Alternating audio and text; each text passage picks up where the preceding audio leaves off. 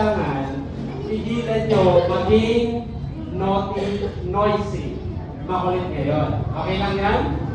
Kung hindi nyo mapipigilan, pwede kayo pumunta doon sa labas, doon kayo mag-abulan. Alright? Mayor yung offer ni Kuya Jobel. Ayan. So, sa mga minamahal ko pong mga kapatid, ngayong araw ang panghuling yugto po ng ating community guest day. And upon observing our audience for today, ang nag-iisa at nakikira na lang na masugid nating taga-attend, walang iba kundi si Ate Christine. Tama? Salamat, Ate Christine. And yung iba po, and also syempre si Kuya Jared. Pero si Kuya Jared, hindi naman natin siya kino-consider na bisita. Part na talaga siya ng community natin as a Seventh-day Adventist. And also, may mga bago akong mukha na nakikita ngayon. Tama po ba mga ate? First time po ba maka-attend sa lugar na ito? First time niyo po? Nakayari kayo, mamaya may matatanggap kayo ng resibo. And si Kuya po doon sa dulo, Kuya, first time po ba o second time? Naka-attend ka ba nung nakaraan? Anong first? Tapos yung pangalawa, absent, and pangatlo, ay nandito na. Dahil sobrang busy po ni Brother Joven, itong lumipas na isang linggo, usually po, meron kaming konting pa-incentive nung girlfriend ko, yung naka-red. Single mo ka? Single dad. May single son doon. Okay. Ngayon, dahil busy, yung gusto po namin ibigay as our appreciation sa inyo, sa mga bisita po namin, sa mga regular attendees, okay lang po ba na to follow, pero sigurado po yun. Kuya James, lalo na sa mga na-invite ni Kuya James, mga ate, okay? And Ate Christine, at sa iba pa.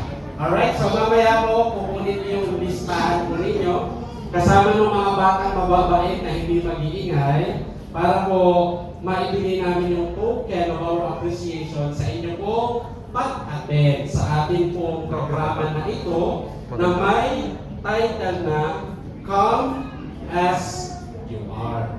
Tungkol po saan ito, mga kaibigan?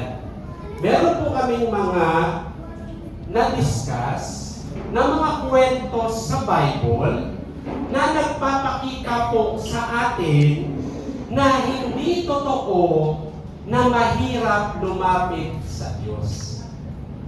Hindi niya kailangan ng maraming requirement, hindi mo kailangan mag-pretend kung ano at sino ka para matanggap ka niya. Kaya po, nung una naming pag-aaral, we deal about the experience of the leper man.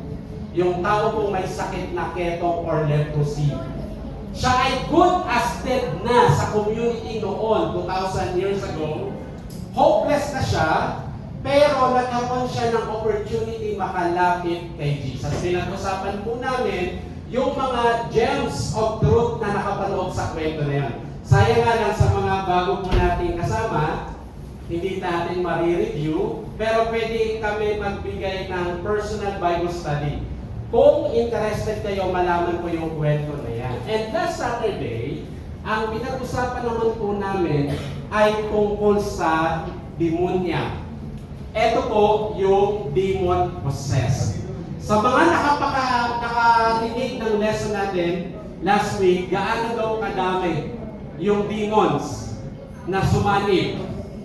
Most likely, 2,000 sila kasi yung mga baboy doon sa taas ng burol ay 2,000. Pero sa Roman legion, depende sa emperor, nagre-range po yan from 2,000 to 6,000. Pero meron isang extreme case. May isang Roman emperor na yung legion niya umabot po ng 12,000. So doon sa story, pinapakita po sa atin na yung taong ito, etong lalaki na naposes ng demon, siya na yung candidate ng Bible na pinaka malayo sa Diyos. Kaya kung iniisip mo ngayon, kapatid, sa bisita namin, na parang layo-layo ko na kay Lord, pray ako ng pray, parang hindi naman ako naririnig. Sinusubukan ko magbasa ng Bible, tapos 5 minutes lang, inaantok na ako, parang wala naman akong espiritu niya. Okay lang yan, mga kapatid. Hindi ikaw yung malayo, may mas malayo pa sa'yo. Kaya, kung yung pinaka-extreme case ng sobrang layo sa Diyos, nagawa ng paraan ni Jesus, ikaw pa kaya, hindi ka naman ganon kalayo kung tutuusin. So, yun pa yung pinag-usapan namin nung nakaraan at marami ding mga mahalagang pointers po dyan. Now, for our last topic this afternoon, we are going to deal with, pakibasa nga po sabay-sabay, the bleeding woman. So, it's a girl thing. Medyo masela ng konti yung usapin natin, pero iiwasan ko makapunta sa mga bawal na term. Nakanay ba ito sa Facebook? Baka maban tayo. So, we will try to make our lesson as smooth as possible. And if we're going to look at sa summary ng tatlong kwento, yung sa leper, sa demonya, at dito sa babaeng may bleeding, ang pinaka point of the matter, the gist of the message, is just very simple.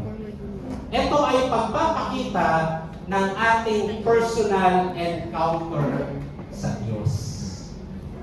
Kaya po, mga minamahal, sa ginawa po nating program na Community Guest Day, pinapakita natin yung message ng Bible na ang Diyos nag-aanyaya sa atin. We can come to Him just as we are. Walang pretension kasi ngayon uso sa social media ang mga fake. Yung bag mo, Chanel talaga? Magkano? 1.5. Alam mo na, binili yan sa Green Hills. Legit ba yung iPhone ko? iPhone 18 Pro Max. Wow, may 18 ka na. Kakalabas na ng iPhone 17. Hindi tayo nakaka-attend sa mga gathering, sa mga reunion, kasi sa reunion, not at all times, pero I don't know kung yung experience ko, na hindi ako umatin ng high school reunion namin kasi nahihiya ako, wala akong ipiflex. Kasi hindi naman ako nakapagtapos ng college. And normally, sa mga ganong gathering ng mga social meet-ups, talagang it's very common. And even nowadays, ngayon, magmamay story ka ba ng hindi maganda sa mata? Di ba nga, pag pumunta ka sa lugar na, uy, pang Instagram to, picture, post. So, gusto natin ipakita yung magaganda. To the point na yung mismong personal nating relasyon sa Diyos, kailangan na nating mag-pretend. Kaya po tinuturo sa ating mga kapatid, ang pinakamahalagang experience bilang anak ng Diyos, yung magkaroon talaga tayo ng legit personal encounter sa Diyos. And ang mundo ngayon, the world is celebrating Valentine's Day. Nagsasaya ang mundo kasi may nagbuong love story. May magsi-celebrate ba ng late mamaya? May nag-celebrate ba ng alas yung inon dyan ba? LDR kami. Pero bago pa magsaya, magkaroon ng Valentine's Day, di ba nauna yung personal encounter? Naging magkaibigan muna bago naging magjowa. Naging magkaklase muna bago naging mag-asawa. LDR muna sila, text-text lang. Single ba? Single din me. Tapos naging sila na. So lahat nagsisimula sa personal encounter. Kung tatanungin niyo ako kung ano pa yung love story ni Sister Ness, thank you pala sa sinner ni Sister Ness. Alam na alam ko love story niyan. Nagsimula kami sa Mindanao, no? Doon sila nagkita ni Brother Moses. Si Jane, tsaka si Jared, alam na alam ko yung love story niya. Nagsimula yan doon sa Commonwealth. Noong mga unang punta ni Jane, sa church, hindi naman siya gawang kay Jared eh. Pero ngayon, pag tinanong natin si Jane, sino yung pinakagwapong lalaki sa loob na ito, syempre, bias agad. si Jared. Pero saan niya nagsimula? Sa personal encounter. Dahil yun yung kabisado natin, yun yung naiintindihan ng tao. Kaya ang ginawa ng Diyos, para ma-inlove tayo sa Kanya, kasi yun yung totoong Valentine's Day, ini-invite tayo ng Diyos na magkaroon ng personal encounter sa Kanya na hindi peke, kundi totoo. Okay, pag-usapan po natin ito mga kapatid. Mark chapter 5, verse 21. And when Jesus was passed over again by ship unto the other side, much people gathered unto him. Take note of the lines. Maraming tao daw ang sumisiksik sa kanya. And he was nigh unto the sea. Ito po yung karugtong ng lesson natin last week. Saan galing si Jesus? Sa Decapolis, sa Gadara. Na-encounter niya yung demon-possessed na Gentile, unclean, super dirty, demonic, pinalaya ni Jesus. Pero nagtagal po ba sila sa lugar doon po sa nakasubaybay sa story? Hindi. Kasi pinaalis sila. Nalugi kasi sila. Lahat ng alaga nilang baboy na i-deliver sa Commonwealth Market, Divisoria, at Balintawak, nagtalunan. So dahil nalugi sila, walang benta, pinaalis nila si Jesus. At yun yung isang katotohanan sa relasyon natin sa Diyos. Ang Diyos hindi namimili. Uwi ka na, alas 11 pa lang di umuwi ka. Hindi ako mag-i-stay ako, Brother Joven. From sunset to sunset ako. Very good. Pero yun yung maganda sa connection natin sa Diyos. Walang palitan. Gagawin mo lahat voluntary out of love. Kaya umalis si Jesus. Pag-alis ni Jesus, umaga na po ito. Napalitaan ngayon sa Capernaum na bumalik na siya. Dahil bumalik na siya, lahat ng mga tao na may iba't ibang issue, may mga sakit, may mga mental problem, lahat ng may problema, lahat ng stress, parang tayo din ngayon. Nagkumpulan silang lahat, nandoon sila sa tabing dagat. Tandaan niyo po itong sinabi na ito. Kasi may dahilan ito sa kwento ng leading woman. So, ang dami-daming tao. Kaya po, yung dinescribe ito ni John Mark, yung nagsulat po ng story na to, hindi niya kinalimutan. Mapapansin nyo, pag inaral niyo po yung Book of Mark, sobrang iksi nun na record ni Jesus about sa gospel. Pero ito yung gospel na full pack, puno-puno ng action. At itong pag-uusapan natin sa Mark chapter 5, ang tawag po nila dito Markan sandwich. Ano yung Brother Joven, yung almusal namin kanina? Ano yung sandwich, di ba? May palaman, may nilalagay sa loob. Bakit sandwich yung dalawang tinapay pinagsama? Itong pag-uusapan natin, mga kapatid, dalawang kwento. Alright? So may isa pang kwento, makikita nyo mamaya, magkasama sila. So again, to set our imagination, nasan po ulit si Jesus? Nasa tabing dagat at maraming mga tao. Kapag nag-request kayo kay ChatGPT, bigyan mo ako ng image, anong itsura ng Capernaum, yung kalsada kung saan pumunta si Jesus, bibigyan po kayo ng image si ChatGPT or search sa Google. May kita niyo yung kalsada, hindi ganun kalaki. Kung maliit yung kalsada at maraming tao, tama lang talaga yung description. Lahat ng mga tao, sinisiksik si Jesus. Parang may stampede doon sa lugar. Now, may nag-invite po kay Jesus. Si Levi Matthew. Isa sa bagong alagad ni Jesus na dating tax collector, in-invite niya na maging part ng kanyang mga disciples. Nakapanood na kayo ng Chosen? Wala? Pero may Netflix kayo? Tapos yung Crash Landing on yun, nakalimang paulit-ulit ka na. Try nyo manood ng Chosen. Tagalog version. Hindi naman yun yung perfect na narrative ng story ni Jesus. But at least, mas magigets natin kung ano yung kwento sa Bible. So si Levi Matthew, kasi doon sa The Chosen, ang galing po nung pagkakadescribe, para siya autistic. Tapos batang-bata siya doon.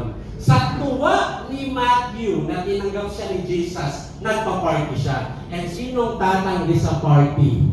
Kaya yung mga tao ngayon sa Bible study ang hirap. Community guest day, community guest day. Pupunta kami dyan, may bigas. Ay, wala. Next time.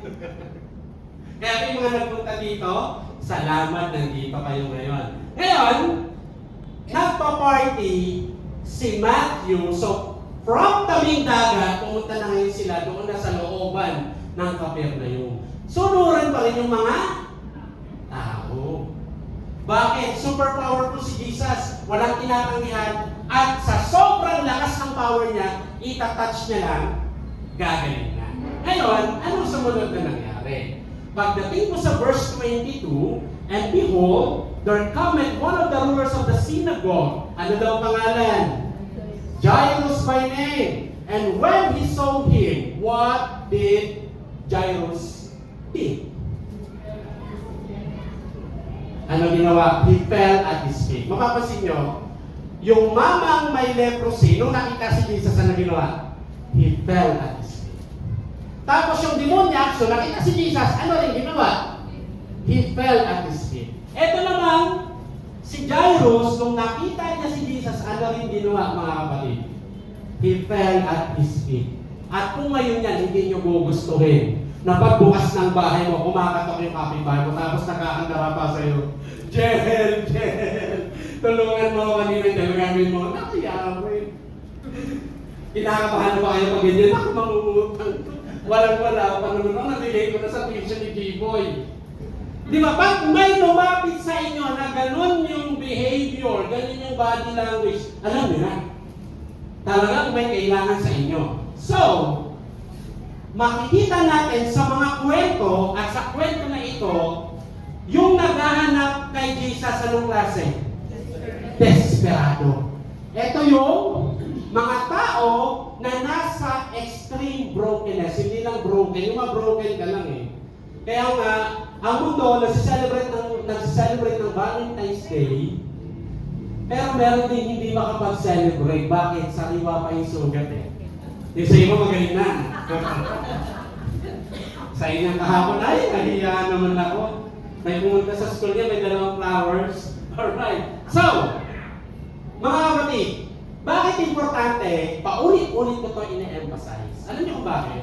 Kahit sa atin, na mga Adventist na, most of us, super, duper, faith, yung relationship natin kay Jesus. Totoo.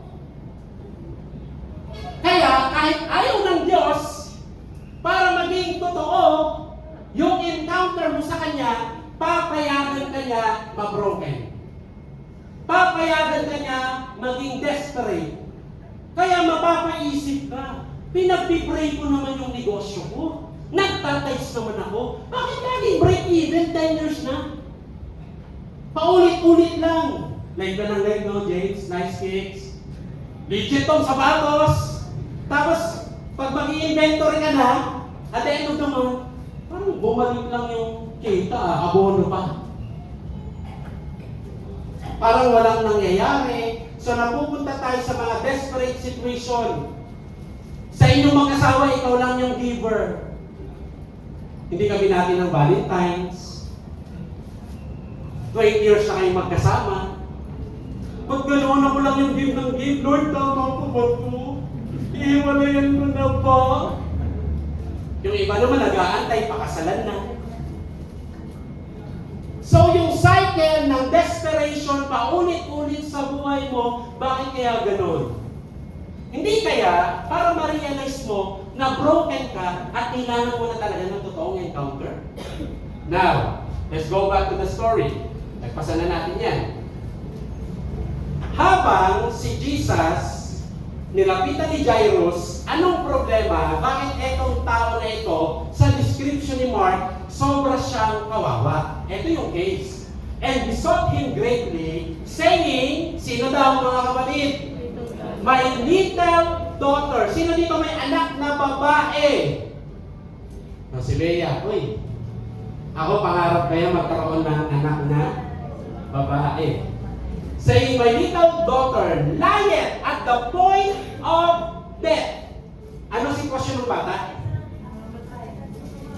Okay lang yung health o malapit ng mamatay? Kaya pala, nagmamakaawa si Jairus kay Jesus kasi yung kanyang anak na babae naghihingalo malapit ng mamatay. Mga mami, alam niyo to?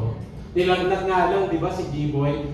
Nanay Eva, nung nilagnat si Pastor Alex, magpapastor ka naman ko. Matataranta ka ba kung mapagmahal na nanay ka? Pero kay nanay na nagbibingo, nag-i-scatter, anak, cellphone! So, naghihingalo, ano request nung tatay na si Jairus? I pray thee, come and ano daw? Paano gagaling? Di ba dapat kapag pinatay ka sa doktor, bigay mo yung best antibiotic. Bigay mo yung best treatment. Pero anong nare-request ng tatay na humingi ng awa? Punta ka sa anak ko, lay thy hands on her, that she may be healed, and she shall live. Punta ka sa bahay namin, malapit nang mamatay yung anak ko, pwede ba i-touch mo siya para siya ay gumaling? Ano kailangan ni Jairus? Kailangan ng healing. Kasi yung anak, naghihingalo. Gaano ka-importante yung touch sa buhay ng tao? Noong 1958, nagkaroon po ng isang research. Etong si Dr. Harry Harlow, gumawa ng mga baby monkeys right after na ipanganak yung mga batang unggoy na mga rhesus monkey. Kinuha niya na, tapos hiniwalay sila.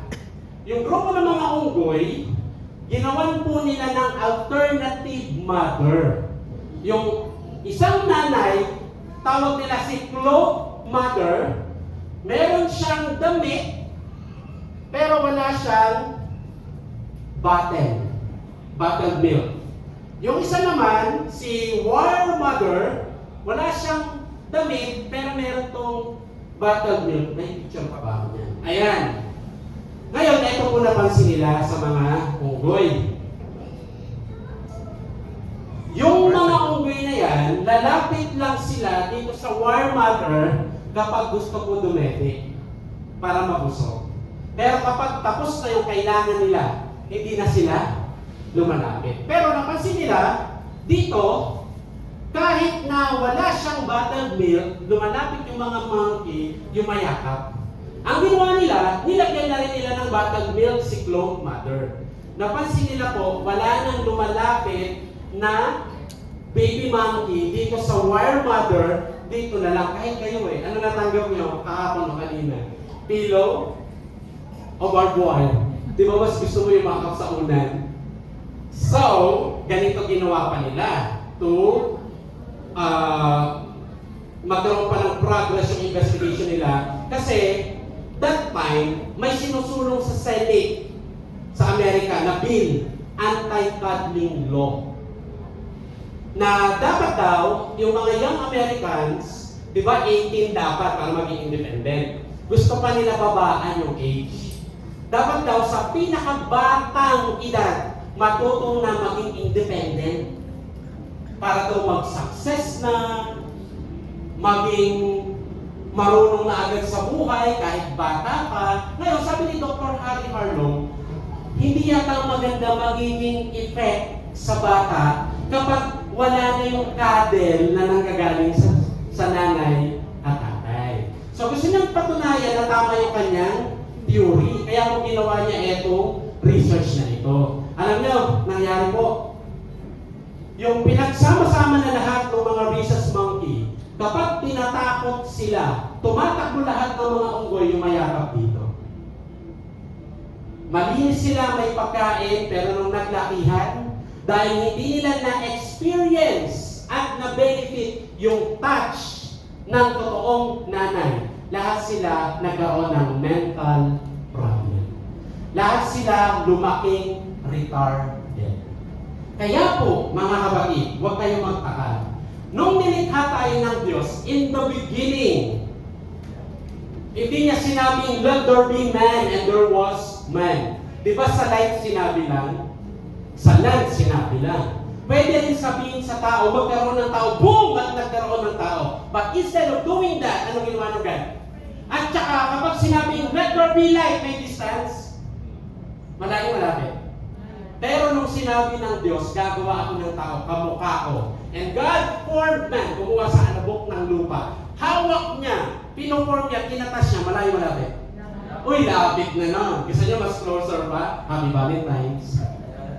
Kinuha, oh. Di ba? Buhay na ba nung na-form? Alam niyo salitang form sa Hebrew? Sabi doon sa translation sa English, lots of touching. Kaya may haplos ang Diyos na iniwan sa puso natin. Kaya nakapagtataka nang pupunta ka sa church, tapos hindi ka na nag-enjoy. Asa yung touch sa isip ng isip? Saan tayo? Marilaki? Ay, nag-saying wrong yun ha. Hindi din ako nag-judge. Pero sobrang nakaka-curious yung nasa church ka, pero hindi ka masaya sa church.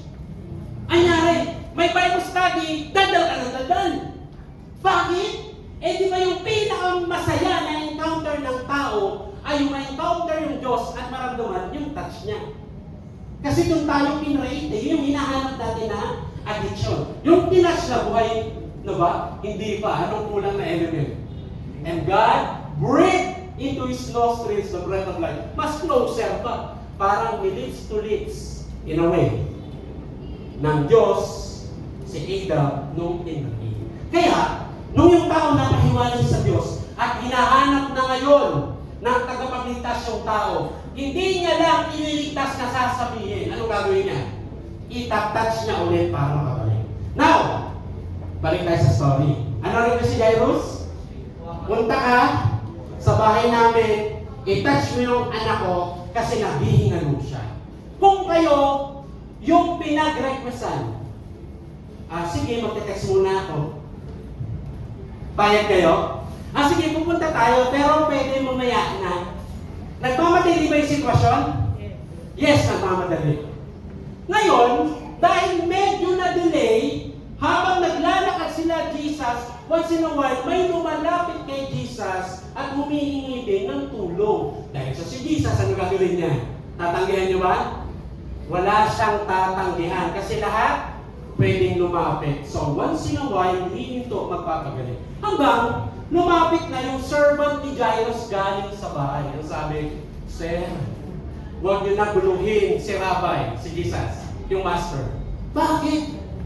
Patay na yung anak mo. Tatay Doming, kung ikaw yun.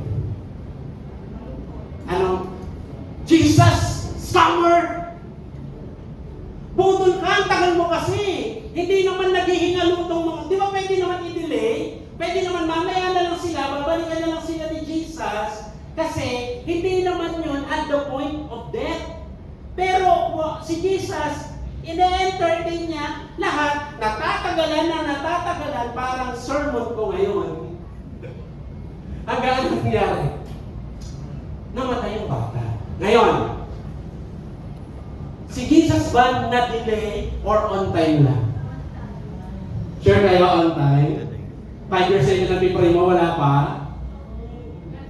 Lord, magto-20 years na nire-request yung asawa. Hindi pa dumarating si Mrs. Wright or si Mr. Ba't ang tagal? So, yung delay, sinasadya ba ng Diyos? O akala mo lang delay sa'yo pero right on schedule lang pagdating kay Jesus? So, namatay yung bata. Bakit namatay yung bata? Kasi ito na yung sandwich. In between, may nangyari. Alright. Ang nangyari, alam natin yung kwento na ito, pero sa hindi nakakaalam, pag-usapan natin ng mabilis. Bakit na-delay si Jesus? Meron kasing babae, yun yung title natin kanina, The Bleeding Woman. Doon pa lang sa tabing dagat, gusto niya nang lumapit kay Jesus para masabi niya yung case niya, mapagaling siya. Pero hindi siya makalapit kay Jesus. Bakit po? Kasi ang daming taong nakaharap. I-modernize natin gusto niya. Could it be possible, brothers and sisters, may na-invite tayong mga bisita dito, uy, community guest day, sama ka, tas sana, matagpuan niya si Jesus. Hindi niya ma-encounter si Jesus kasi nakaharang ka, ang init. Hindi niya ma-encounter si Jesus, ba't naman yung mga tao dito sa East Fairview, parang di naman sila excited? Na kayo mag-aalit sa akin ha. Sampo lang, hindi kayo yun. Relax. Maraming gusto Sabi ng Bible, ang harvest ready na. Yes? Ha-harvest na lang sila. Pero nagtitili yung harvest, bakit? May mga sabadistang hindi seryoso. Ayaw mag-mission. Gusto ng ritual. Pag nagpunta dito sa church, andyan yung mga bisita. Huwag kayo magalit. Ilan kumausap sa bisita talaga? Uy, kumusta ka na? Anong pinagdadaanan mo? Hindi eh. Nung pumunta ka dito, ang target mo, yung best friend mo.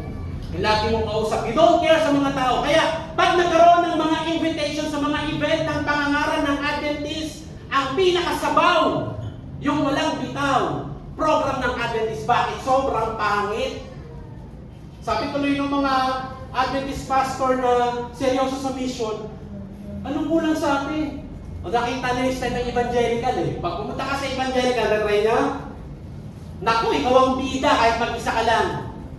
Lahat sila, pagkukumpulan ka na parang napaka-special mo. Eh, nagtitinda ka lang naman ng tinapa. I'm not saying masama yung profession ha. Pero mararamdaman mo na special ka sa community. Sa mga Adventist community, hindi ganyan. Paano yung mga mismong Sabadista? Hindi totoo yung encounter kay Jesus. Pero kumakain ng damo yun. Tapos, nagra-rubber ka? Hindi pwede sa langit yan. Rubber suot mo. So, sino naging bida? Instead na maging bida si Jesus para matanggap ng tao, naghanap sa kanya na flex yung galing ng tao. Kaya yung babae, doon pa lang sana sa tabing dagat, goods na, sold na eh. Hindi siya makalapit, ang daming religious crowd. Eh di ngayon, pinilit niya, ay pumunta sa bahay ni Levi Matthew, punta din siya. Hindi pa rin siya makalapit. Anong prayer ng babae? Sana, sabi niya, anyway, baka makalimutan. Yung babae, bakit may bleeding siya? Gano'ng katagal? 12 years, sabi ng Bible. Gano'ng kahirap yon? Ang mga posible daw na sakit niya, abnormal urine bleeding, AUB, na chronic. May batas pa naman sa Levitical law, kapag may bleeding yung babae, may mens, yung normal lang, 7 days na hindi ka pwede sumama sa mga tao, nakahiwalay ka. Kaya nyo yun, 7 days. Sino dito na hospital mag-isa ka lang, tapos na-admit ka? Tapos, walang bibili sa'yo ng gamot, wala sa'yo sasama, kasi pupunta ka sa ibang mga bahagi ng hospital for laboratory, tapos mag-isa ka lang, 2 buwan, di ba ang hirap na? Imagine nyo to, 12 years. Tapos nakakahiya yung case ng babae, bakit? Sabi ng Bible, napuntahan niya na daw lahat ng doctors. Pero instead na gumaling siya, lumalala siya. At mo, mga natin ang buhay natin. Yung negosyo ko, palubog. Yung spirituality ko, palubog. Inaalala mo nung binaptize ka noong 1975, tuwang-tuwa ka, yes, darating na si Jesus. Ngayon, 2026 na anyari. Aray ko. Instead na paangat, pababa parang spaghetti. Hindi naman siguro nanonood ng sex bomb concert na. Sa yung babae, habang tumatagal, lalong lumalala, naubos na lahat ng yaman niya at walang nag-a-assist sa kanya. Bawal may bleeding. Lahat ng hawakan niya dirty. Yung uupuan niya magiging dirty. May distansya. Pag nalaman ng mga tao, ay, yung babae ninudugo, tatakbuhan siya. For 12 years pa, ulit yun. Kaya nga, pag tinignan niyo po sa Google, yung mga image na na-produce, just to describe yung kwento ng babae, gumagapang yung babae sa lupa eh. Ngayon, may hula sa Malakay. Kasi ang sabi niya, dahil wala na siyang chance na makalapit kay Jesus, sabi niya, kahit yung dulo ng laylayan ng kanyang damit, magampi ko lang, matouch ko lang, gagaling ako. Tanong, saan galing yung concept na yun? Alam niyo po, may prophecy sa darating na Messiah. At ang promise sa Malakay 4:2, etong darating na Messiah, may dalang healing in His wings. Ano kaya ito ng babae? Ano ibig sabihin niya? Yung may healing in His wings, kasi yung salita pong wings, Kapag niliteral kasi English natin yan, iisipin mo pakpak ng agila eh. Pero hindi po yan pakpak ng ibon. Yung wings dyan sa Hebrew, salitang kanab, ibig sabihin yan, yung dulo ng garment edge. Yung dulo ng garment edge, magbibigay siya ng healing. Ngayon, yung mga lalaking Hudyo, may suot silang, ay lang to pangit. So, pagtyagaan nyo na. Sit-sit yung tawag. Yung dulo ng laylayan nila, may ganito pong tali na color blue. Ang meaning niyan, obedience sa commandments. Ngayon, yung dulo ng damit ni Jesus, may ganyan. Posible kaya na ito yung iniisip ng babae, since wala na akong chance mag face-to-face kami. Di ba sa check-up, interview ng doktor anong nararamdaman mo? Sulat. Magpo-profile muna yung doktor para magkaroon ka ng tamang diagnosis, check yung history, eme. Pero sabi niya, wala na akong gano'n chance. Sabi niya, kung mahahawakan ko lang yung dulo ng laylayan niya, gagaling ako. Nung nakita ng babae, ito lang, buuhin na natin yung sandwich. Si Jairus pumunta. Yung babae, hinahabol si Jesus para i-touch. Nabibigyan niyo? Si Jesus naman pupunta sa bahay ni Jairus para i-touch yung bata. And yung anak ni Jairus, 12 years old. Yung babae, 12 years, nagbi-bleeding. Yung anak ni Jairus na nagkasakit to the point of death and talagang namatay na ilang taon din. Mamaya, tignan natin anong lesson nun. So, ngayon eto na. Nung na-touch na nung babae, malapit na po tayo matapos please bear with me. Nung na-touch na nung babae, yung dulo ng laylayan ng damit ni Jesus, gumaling kaya siya. Alam natin yung kwento, gumaling siya, may pagtingin na, nawala yung bleeding. Tapos parang nakaramdam siya ng sigla. Kung gumagapang siya, ano na kaya? Tumayo na siya. Yung babae, alis na sana. Kaya lang si Jesus, huminto. At according to the story, anong reaction ni Jesus? Who touched me? Ano sabi ng Bible kanina? Sinisiksik siya ng mga tao. May stampede, bangga dito, bangga doon, hawak dito, hawak doon. Kaya yung disciple ni Jesus na anak ni Jollibee, kilala niyo? Biglaan saya si Peter. Laging may sinasabi si Peter laging pinamano yun Reaction ni Peter, Lord, kanina ka pa binabangga ng mga tao, ako okay Lord.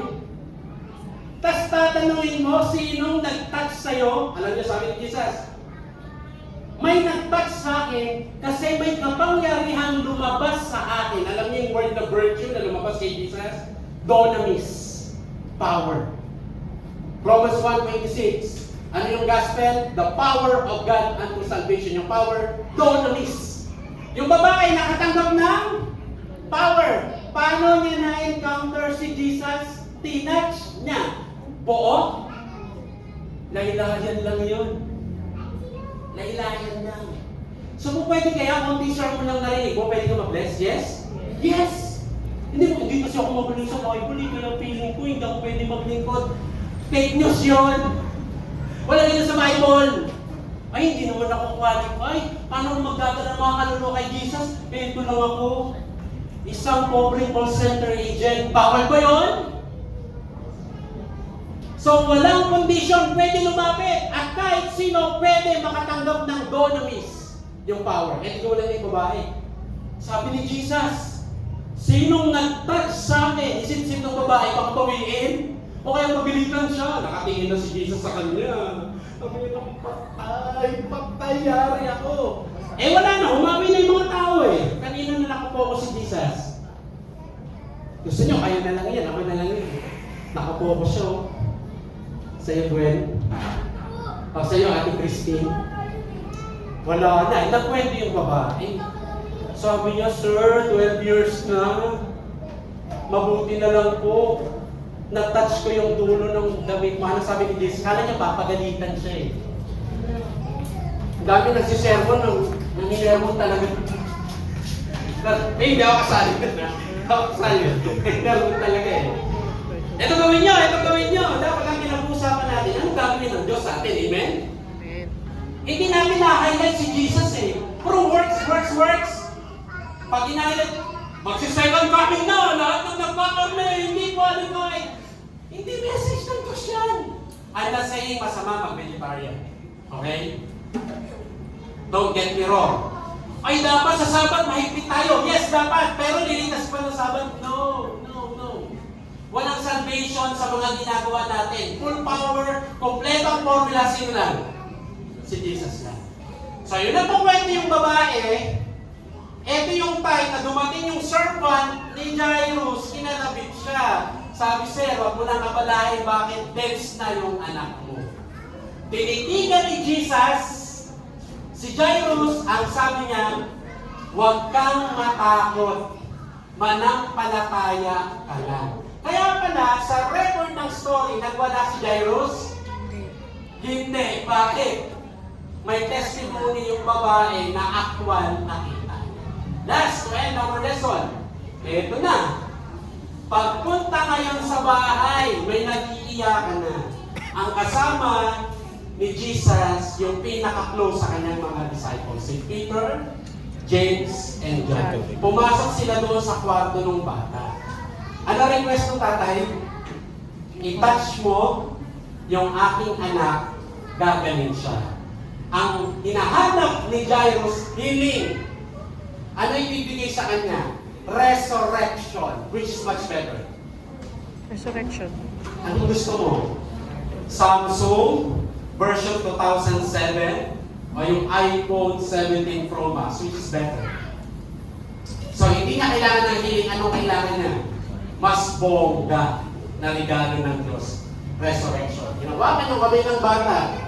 Ano sabi ni Jesus? Talita kumi, daughter, arise. Yun yung common greeting ng mga magulang, lalo na nanay, pag ginigising yung anak. Parang sa time natin yan. Nagising na, pasok na sa school. Tapos, so ginawakan ni Jesus, yung kamay ng bata, what would you expect?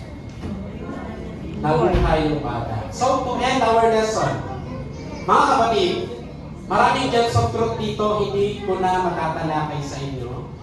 Pero may sinasabi ang Bible na last day generation. Bakit yan? 12. Yung babae, ilang years? 12 years. Nagre-represent yun sa Old Testament Church, may bleeding ng sacrifices sa sanctuary. Hindi tumitigil yung bleeding, yung dugo. And sino yung tutupad ng bleeding ng dugo? Na magliligtas sa lahat, si Jesus, ipapako sa cross. Yung babaeng 12 years old na namatay, nagre-represent sa New Testament. Kaya sa Old Testament, ilan yung tribe na bumubuo sa Israel? 12. Sa New Testament, ilan yung disciples? 12. Namatay ba yung mga alagad? Yes. So namatay si Jesus, disappointed sila na tapos na tayo. Iyak sila ng iyak. And then they realize, kinupad pala ni Jesus yung prophecy. They were touched. Basahin niyo Luke 24. Sabi ng alam yung aming puso nung ma-encounter nila ng totoo si Jesus. Kasi yung una nilang 3.5 years faith, yung encounter nila. Na-realize lang nila na dapat maging totoo yung encounter after na. Nung bumangon na si Jesus, naiintindihan nila yung prophecy. Now, to end mga kapatid, sa last days, may binabanggit na last day generation. Nasasalubong ng buhay sa pagdating ni Jesus. Gano'n sila karami? 144,000. Kasali ka ba dyan, kapatid? Sana. Kasali kaya ako dyan. Nanay Eva, kasali kaya tayo? Bakit 144,000 yun? Kasi 12 times 12,000. Tapos ang sinasabi nila, dapat para maging kasali ka sa 144,000, gawin mo to. Mali, kapatid. Ano mo nang unang requirement? Encounter. You come as you are. Kaya pag binasa niyo yung Revelation 14:4, ang description ng 144,000, and the A, yung 144, follow the Lamb whithersoever he goeth. And they were women, virgins. Ano ginawa ng babaeng bleeding? Di ba hinahabol niya si Jesus? Saan siya pupunta? Sinusundan niya. Gusto niya maabot. Tapos, yung women na virgin, na description ng 144, ilang taon yung babae? 12, wala pang asawa yun. Yung innocence niya. So, sino kaya pwede maging qualified sa 144,000 mga kapatid? Lahat tayo, yung mga bisita natin, si Ate kasi everybody! Ang ginawa ng mga nagre-report, nilagyan ng maraming standard eh. Ang hirap makasali dyan. Sino makakasali? Unang requirement. Dapat kayo at ako, mga kapatid, maging totoo yung pagtatagpo natin sa Diyos. Amen? Paano nyo malalaman na totoo? Mabobroken ka. And out of your brokenness, itatouch ka ng Diyos para mabuo ka. Kaya, sa second coming mga kapatid, yung pagbuhay sa bata, that's a little picture of the resurrection that will happen when? In the second coming. At lahat ng sasalubong sa second coming, dapat siguradong nakatanggap ng touch, haplos ng Diyos. May God bless us all. Happy Sabbath.